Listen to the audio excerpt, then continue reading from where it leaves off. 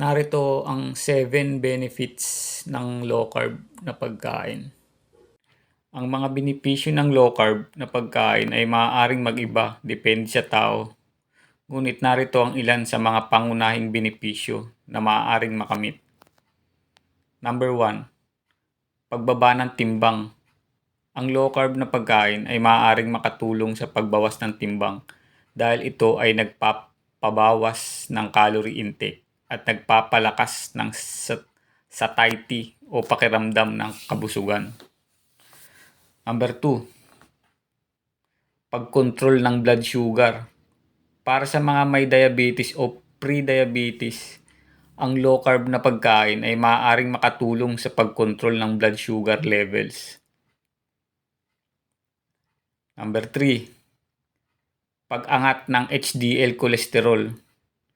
Pwedeng magdulot ng pagtaas ng good cholesterol o HDL cholesterol ang low carb na pagkain na maaaring magdulot ng mabuting epekto sa cardiovascular health.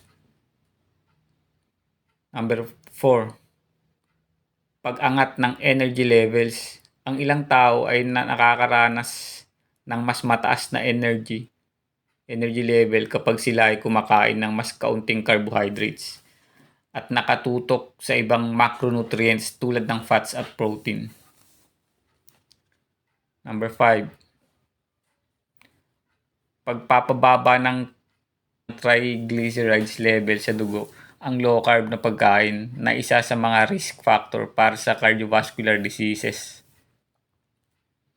Number 6, pagbawas ng gut issues. Sa ibang mga individual, ang pag-aalis ng mga mataas na carbohydrates mula sa kanilang dieta ay maaaring makatulong sa pagkontrol ng gastrointestinal issues tulad ng bloating at iba pang discomfort.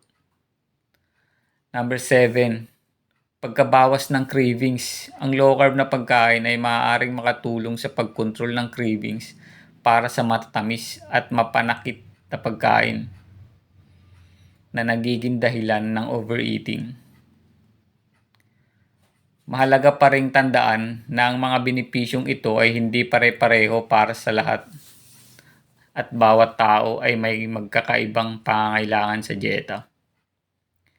Bago simulan ng anumang uri ng pagkain, laging maganda na kumonsulta sa isang doktor o lisensyadong dietitian upang tiyakin na ito ay angkop para sa iyo.